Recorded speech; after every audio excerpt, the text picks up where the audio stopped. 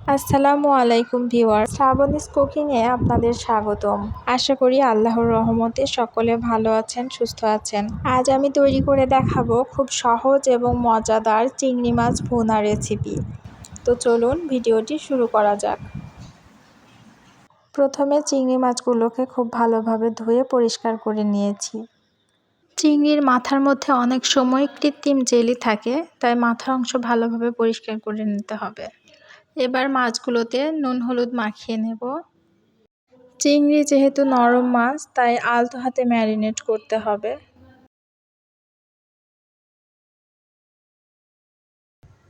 কড়াইতে প্রায় 3 টেবিল চামচ পরিমাণ সরিষার তেল দিয়ে দিলাম। আপনারা চাইলে সাদা তেলেও রান্নাটা করতে পারেন, তবে সরিষার তেল দিলে রান্নাটা বেশি মজা হয়। চিংড়িগুলো প্রতি পাশ প্রায় 15 সেকেন্ড মতো ভেজে নেব। খুব বেশি কিন্তু চিংড়ি মাছ ভাজার প্রয়োজন নেই। 15 সেকেন্ড হয়ে গেছে, উল্টে দিব। অপর পাশটাও 15 সেকেন্ড ভেজে নেব।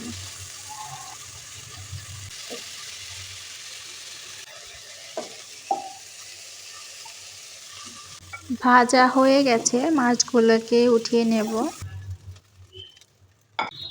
মাছ ভাজা তেলের মধ্যে আরও 2 টেবিল চামচ পরিমাণ সরিষার তেল দিয়ে দিলাম।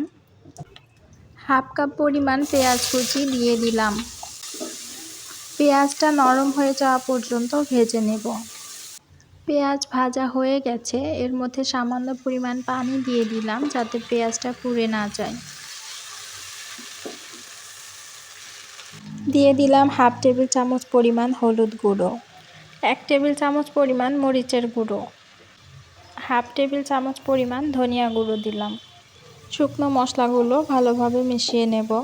এরপর এর মধ্যে দিয়ে দিলাম হাফ টেবিল চামচ পরিমাণ আদা বাটা এবং হাফ টেবিল চামচ পরিমাণ রসুন বাটা। মশলাটি ভালোভাবে কষিয়ে নেব যেন আদা রসুনের কাঁচা গন্ধটি চলে যায়। এরপর মশলার মধ্যে কিছুটা পানি দিয়ে দেব। দিয়ে দিলাম প্রায় হাফ টেবিল চামচ পরিমাণ লবণ। চিংড়ি ম্যারিনেট করার সময় আমরা কিছুটা লবণ ব্যবহার করেছি, আর এই রান্নায় যেহেতু ঝোল বেশি থাকবে না, তাই লবণের পরিমাণটা বুঝে দিবেন। 3 থেকে 4 মিনিট মশলাটা লো আঁচে রান্না করে নেব। প্রায় 4 মিনিট পর মশলা থেকে তেল ছেড়ে দিয়েছে।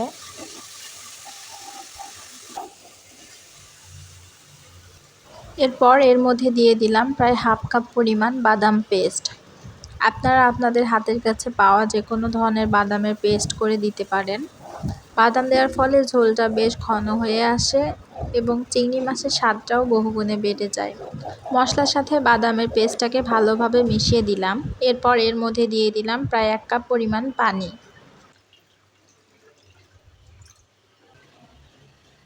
ঝোলটা ফুটে বলক আসা পর্যন্ত ঢেকে রাখবো। দেখুন ভিউয়ার্স, প্রায় 3-4 মিনিট পর ঝোলটা বেশ ভালোভাবে ফুটে উঠেছে। এর মধ্যে আগে থেকে ভেজে রাখা চিংড়ি মাছগুলো দিয়ে দিলাম।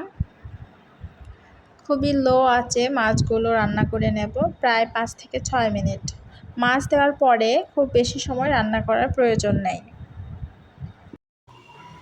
2 মিনিট পর ঢাকনা তুলে এর মধ্যে প্রায় হাফ টেবিল চামচ পরিমাণ ভাজা জিরার গুঁড়ো ছড়িয়ে দেব।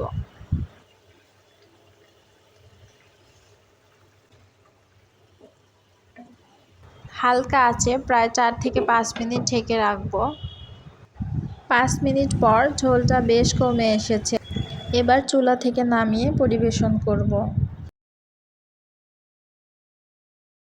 আপনারা রেসিপি ফলো করে বাসায় ট্রাই করবেন এবং কেমন হয়েছে কমেন্টে জানাতে ভুলবেন না। ভিডিওটি ভালো লেগে থাকলে লাইক কমেন্ট করে পাশে থাকার অনুরোধ রইল। আজ এ পর্যন্তই, কথা হবে পরের কোনো ভিডিওতে। টিল দেন, আল্লাহ হাফেজ।